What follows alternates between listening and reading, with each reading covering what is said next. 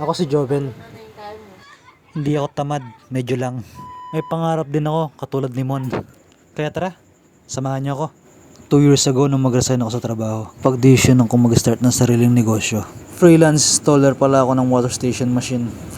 Kagabi tumawag itong kliyente natin from Panaki Tarlac. So yun, kinabukasan pinuntahan ko na siya. So yun, bago kami pumunta sa shop niya, ay dumiretso muna kami dito sa hardware na to para bumili ng mga aming kakailanganin. Pagkatapos namin bumili, dumiretso na agad kami sa shop niya.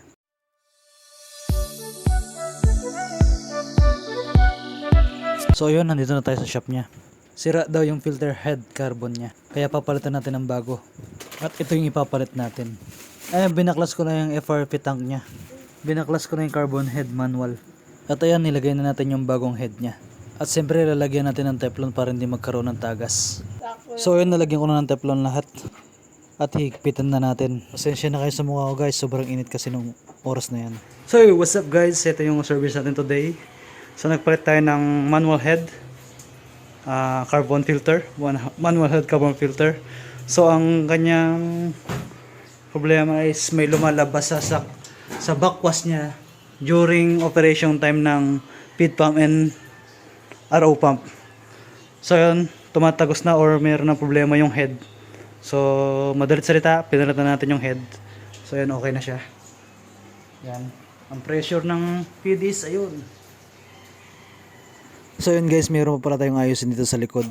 Dahil magkaiba yung brand ng kanyang head, nag-iba yung pipeline backwash niya. So yun, kailangan natin siyang i-repiping. Nagkaroon nga pala ako ng problema dito. Naiwanan ko yung pipe cutter ko.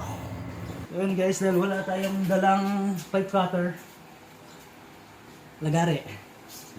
Sa uwi pa tayo ng Tarlac. Sa mga basar dyan, pasensya na. So yun guys, buti nakairam tayo ng lagari. So yun guys, nadugtong na natin yung mga tubo. Ayan, na-remedyo na natin at siyempre dapat walang tagas.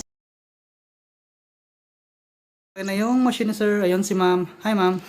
At si sir. Ano pangalan sir? Winston po. Winston o si ma'am. Mabel po. Ayun. So ayun, tapos na yung kanyang machine. Thank you po sir. Bye bye. Bye bye.